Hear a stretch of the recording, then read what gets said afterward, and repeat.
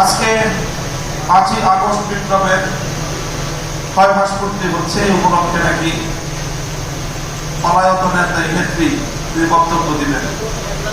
তিনি মাঝে মাঝে বক্তব্য দিতে গিয়ে বলেন যে আমার কি অপরাধ, উনি খুঁজে পাবেন আমার কি অপরাধ। আমরা জানি কোরআন থেকে আল্লাহ পাক রব্বুল আলামিন যখন ইবলিসকে বিতাড়িত করেছিলেন, তো ইবলিস আল্লাহ পাক রব্বুল আলামিনের সামনে দাঁড়িয়ে এসে কথাই বলেছিল আমার কি অপরাধ, আমি কাজী আদমকে সিজদা না করার কারণে সে বিতাড়িত হয়ে সে তার অপরাধ খুঁজে পায়নি।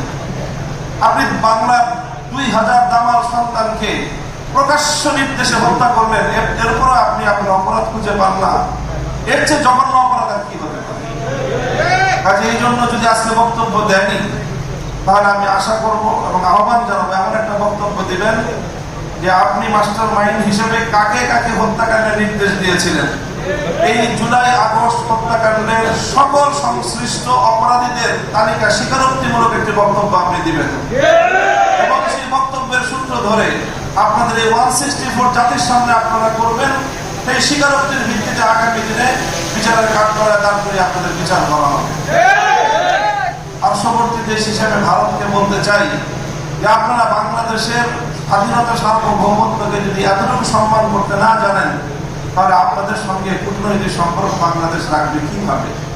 যে আপনারা বাংলাদেশের একটি ওয়ারেন্টভুক্ত আসামিকে আপনার কোলে বসিয়ে জাতির বিরুদ্ধে, শহীদদের বিরুদ্ধে আবার নতুন করে বিশুদ্ধার করবার জন্য প্ল্যাটফর্ম তৈরি করে দিবে, আর বাংলাদেশের মানুষের সঙ্গে আপনার প্রীতের সম্পর্ক থাকবে, এই ধরনের কাজাঘুরি কূটনৈতিক চিন্তা করা ঠিক নয়।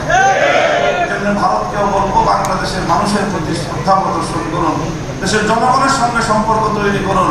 ওই পতিত আওয়ামী লীগ আর পতিত ফ্যাসিবাদের সঙ্গে সম্পর্ক রক্ষা করে বাংলাদেশের সঙ্গে আপনারা বন্ধুত্ব রক্ষা করতে পারবেন না।